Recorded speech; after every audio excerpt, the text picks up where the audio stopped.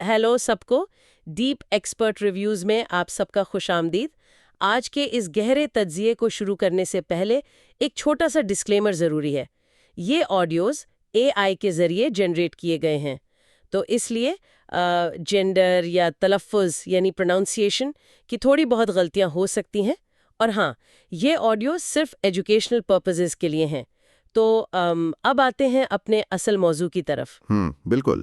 آج کا ہمارا جو ڈیپ ڈائیو ہے وہ پال کریوزیک کی بے حد دلچسپ کتاب ان سرچ آف زیراتھسٹرا پر ہے۔ ہم اس کتاب کی بنیاد پر ایک گہرا تجزیہ کر رہے ہیں، اور اس کتاب کا سب سے اہم نقطہ یہ ہے کہ پرانی تہذیبیں اور مذاہب وقت کے ساتھ مکمل طور پر فنا نہیں ہوتے۔ صحیح، یعنی وہ مرتے نہیں ہیں۔ بالکل، وہ بس نئے عقائد اور ثقافتوں کے اندر خاموشی سے اپنا روپ بدل کر زندہ رہتے ہیں۔ اچھا، یہی بات مجھے اس کتاب کی سب سے حیران کن لگی۔ یعنی ہم ہمیشہ سوچتے ہیں کہ تاریخ کسی عجائب گھر میں شیشے کے پیچھے بند ہے، لیکن کریواچک ہمیں دکھاتے ہیں کہ ہزاروں سال پرانی زرتشتی روایات آج بھی جدید ایرانی اور وسطی ایشیا کی ثقافت میں سانس لے رہی ہیں۔ ہاں، اور اس تجزیے کا مقصد صرف پرانی تاریخ دہرانا نہیں ہے۔ ہم یہ سمجھنے کی کوشش کر رہے ہیں کہ وقت، زمین اور انسانی نفسیات آپس میں مل کر ہمارے عقائد کو کس طرح شکل دیتے ہیں۔ اچھا، جب ہم تاریخ کے اس طرح زندہ رہنے کی بات کرتے ہیں نا، تو میرے ذہن میں مہرآباد ایئرپورٹ کی مثال آتی ہے۔ یعنی اگلی بار جب کوئی مسافر تہران کے مہرآباد ایئرپورٹ پر اترے تو شاید اس کے ذہن میں یہی ہو کہ وہ ایک سخت اسلامی جمہوریہ میں قدم رکھ رہا ہے۔ عام طور پر تو یہی تصور ہوتا ہے۔ لیکن اگر میں یہ کہوں کہ اس ہوائی اڈے کا نام پکار کر وہ دراصل 3000 سال پرانے ایک قدیم دیوتا کو آواز دے رہا ہے، یعنی مہرآباد کا اصل مطلب ہے مترا کی بستی۔ مترا جو کہ اسلام سے پہلے قدیم زرتشتی عقائد میں روشنی اور سچائی کا عظیم دیوتا تھا۔ یہ واقعی حیرت کی بات ہے، اور یہ کوئی معمولی اتفاق نہیں ہے۔ اسلامی انقلاب کے بعد ایران میں بہت سی جگہوں، سڑکوں اور عمارتوں کے نام تبدیل کیے گئے، یعنی انہیں ایک مخصوص انقلابی پہچان دینے کی کوشش کی گئی، لیکن مہرآباد کا نام وہی رہا۔ شاید کسی نے اس پر غور ہی نہیں کیا کہ یہ قدیم دیوتا کی نشانی ہے۔ صحیح کہا۔ لوگ عام طور پر اپنے ہی الفاظ کے اصل معنی بھول جاتے ہیں، یہاں تک کہ فارسی اور اردو کا نہایت عام لفظ مہربان جو ہے، جس کا مطلب ہم شفقت یا نرمی لیتے ہیں، مصنف کہتے ہیں کہ اس کی اصل جڑیں بھی مترا کا فرمانبردار ہونے میں پائی جاتی ہیں۔ اوہ واہ، ہم روزانہ یہ لفظ بولتے ہیں، لیکن ہمیں معلوم نہیں کہ ہم انجانے میں تاریخ کو دہرا رہے ہیں۔ یہ تو بالکل ویسا ہی ہے جیسے انگریزی زبان میں دنوں کے نام ہیں۔ ہاں، وہاں بھی یہی مثال ملتی ہے۔ یعنی جیسے وینسڈے اصل میں پرانے دیوتا ووڈن کے نام پر ووڈنز ڈے تھا، ہم آج تک اسے دن کے طور پر پکارتے ہیں، لیکن ظاہر ہے اس دیوتا کی عبادت تو کوئی نہیں کرتا۔ یہ ایک بہترین مثال ہے۔ الفاظ اپنے اصل معنی کھو دیتے ہیں، لیکن اپنی ثقافتی یادداشت کو زندہ رکھتے ہیں۔ اور یہ چیز صرف الفاظ تک محدود نہیں ہے۔ اگر ہم فن تعمیر یا عام زبان میں آرکیٹیکچر کی طرف جائیں تو اس کتاب میں سمرقند کے ریگستان سکوائر میں موجود شیردار مدرسے کا ذکر ہے۔ اچھا، وہ جو 17ویں صدی کا عظیم اسلامی مدرسہ ہے۔ بالکل۔ اب ہم سب جانتے ہیں کہ اسلامی مدارس میں عام طور پر جانوروں کی تصویر کشی یعنی پینٹنگ یا نقش و نگار ممنوع سمجھی جاتی ہے۔ ایک نہایت عجیب تصویر بنی ہے۔ میں نے اس کے بارے میں پڑھا تھا۔ وہاں 2 شیروں کی تصویر ہے جو ہرنوں کا شکار کر رہے ہیں۔ صحیح۔ اور ہر شیر کے پیٹھ کے پیچھے سے ایک سورج نکل رہا ہے جس پر ایک واضح منگول چہرہ بنا ہوا ہے۔ جب مصنف کے ساتھ موجود ایک ماہر انسانیت نے یہ دیکھا تو وہ دنگ رہ گیا۔ یعنی ایک اسلامی عمارت پر ایسی تصویر کیسے ہو سکتی ہے؟ یہ سوال بہت لازمی ہے، اور جب آپ مقامی لوگوں سے یا وہاں کے گائیڈ سے اس کی وجہ پوچھتے ہیں تو وہ اس کی مختلف اسلامی توجیحات پیش کرتے ہیں۔ وہ بڑے فخر سے کہتے ہیں کہ یہ شیر دراصل شیر خدا حضرت علی کی علامت ہے، اور یہ تصویر اس بات کو ظاہر کرتی ہے کہ اسلامی تعلیم کتنی عظیم ہے۔ رکیے، تو کیا مقامی لوگ اس بارے میں جھوٹ بول رہے ہیں، یا انہیں واقعی اس تصویر کی اصلیت کا علم نہیں ہے؟ کیونکہ مصنف تو کہتا ہے کہ یہ وہی قدیم مترا کی علامت ہے۔ وہ لوگ جھوٹ نہیں بول رہے۔ دراصل وقت کے ساتھ ان کے ہاں اس علامت کا مقصد اور معنی بدل چکے ہیں۔ حقیقت یہ ہے کہ شیر اور اس کے پیچھے سے ابھرتا ہوا سورج یہ قدیم زردشتی دور کی نہایت طاقتور علامت تھی۔ اچھا۔ ہاں، قدیم ایرانی بادشاہ خود کو مترا کا زمینی نمائندہ سمجھتے تھے۔ یہ تصویر اس آسمانی اختیار یا مینڈیٹ آف ہیون کو ظاہر کرتی تھی، جس کا مطلب تھا کہ حکمران کو حق و باطل کے اس عظیم دیوتا کی حمایت حاصل ہے۔ تو یعنی ایک مدرسے کے پیشانی پر در حقیقت زرتشتی عقائد کا نشان بنا ہوا ہے؟ بالکل۔ نئے مذہب نے پرانی علامت کو اپنایا اور مقامی عوام نے اس علامت کو اپنے نئے عقیدے کے مطابق ڈھال لیا۔ ایک نئے سنچے میں پرانی تصویر، کیا بات ہے! لیکن یہ سن کر ایک بڑا دلچسپ سوال میرے ذہن میں پیدا ہوتا ہے، آخر یہ عقائد تبدیل کیسے ہوتے ہیں؟ لوگ انہیں اپنا کیسے لیتے ہیں؟ اسی طرف کتاب کا اگلا حصہ جاتا ہے اور یہ جواب بہت ہی انوکھا ہے۔ مصنف کہتے ہیں کہ سب کے پیچھے جغرافیہ یعنی زمین کی بناوٹ کا بہت بڑا ہاتھ ہے۔ زمین انسانی دل میں موجود عقیدے کو شکل دیتی ہے۔ زمین عقیدے کو شکل دیتی ہے، یعنی ماحول انسان کے خدا کے تصور کو متاثر کرتا ہے۔ صحیح پکڑا آپ نے۔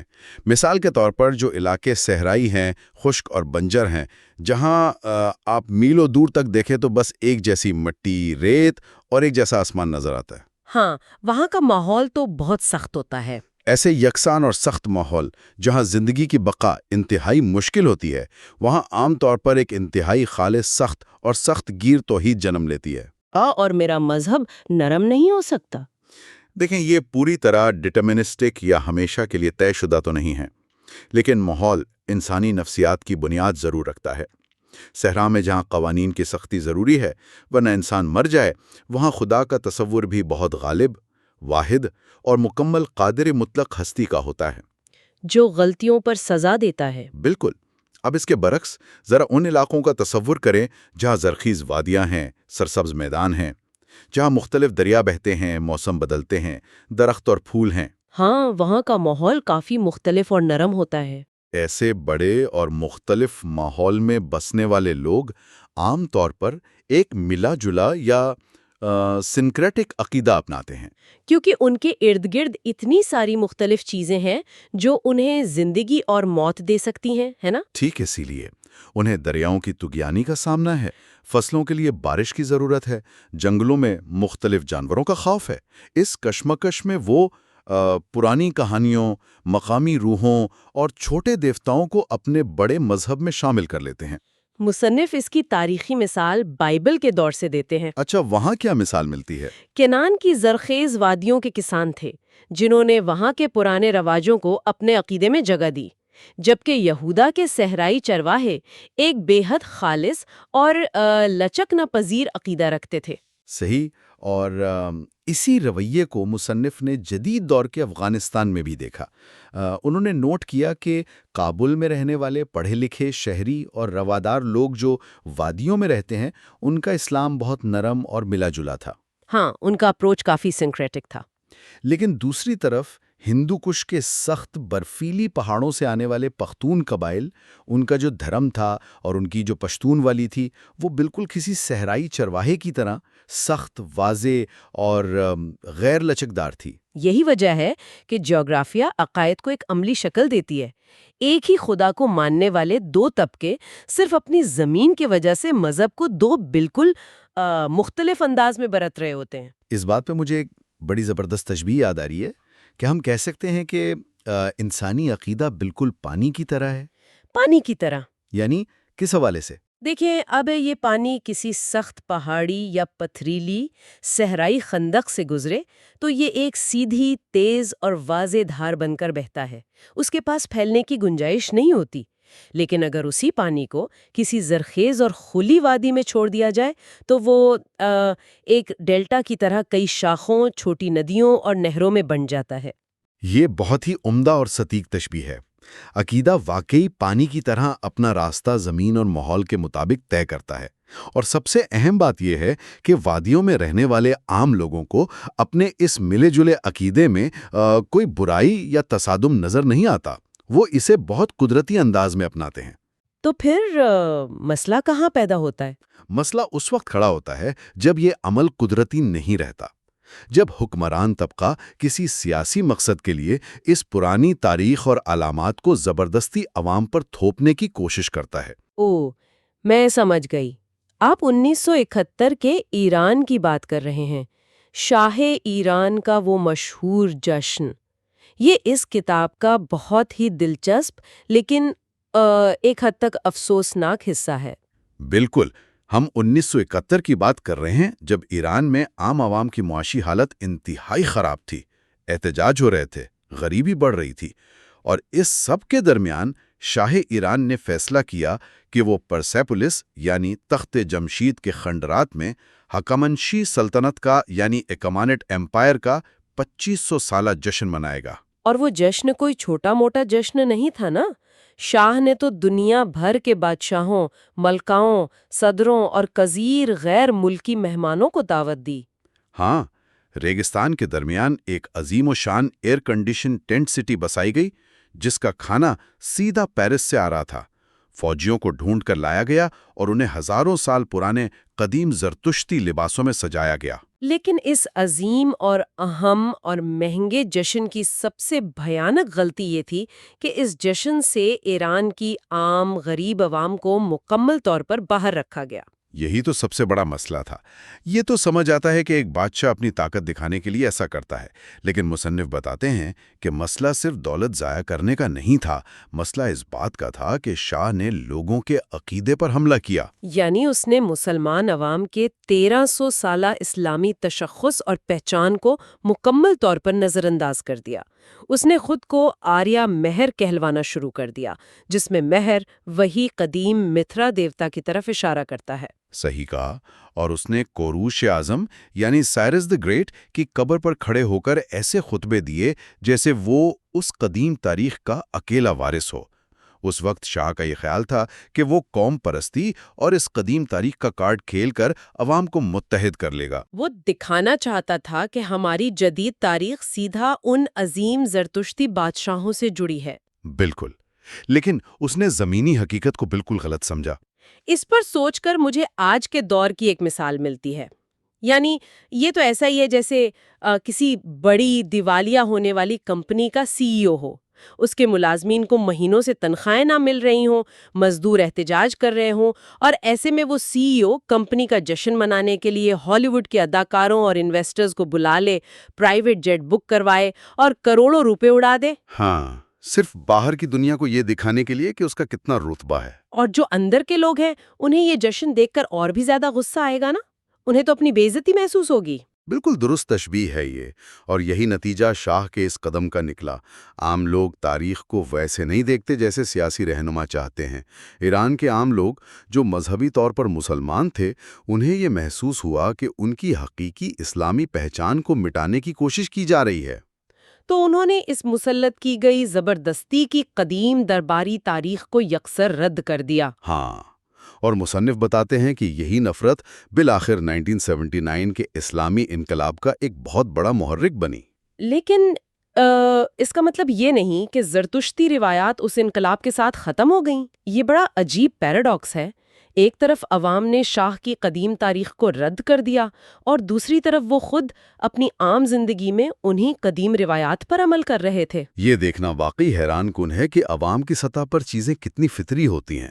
مصنف جب تہران کی گلی کوچوں میں جاتے ہیں تو وہاں وہ عاشورہ کے مناظر دیکھتے ہیں، اٹھاتے ہوئے دیکھتے ہیں نا۔ صحیح، وہ نوٹ کرتے ہیں کہ یہ مناظر دیکھتے ہوئے انسان کو پرانی مسیحی روایات اور قدیم ایرانی رسموں کی یاد آتی ہے، جہاں ایسے دکھ جھیلنا کسی عظیم قربانی یا پشچاتاپ کی علامت ہوتے تھے۔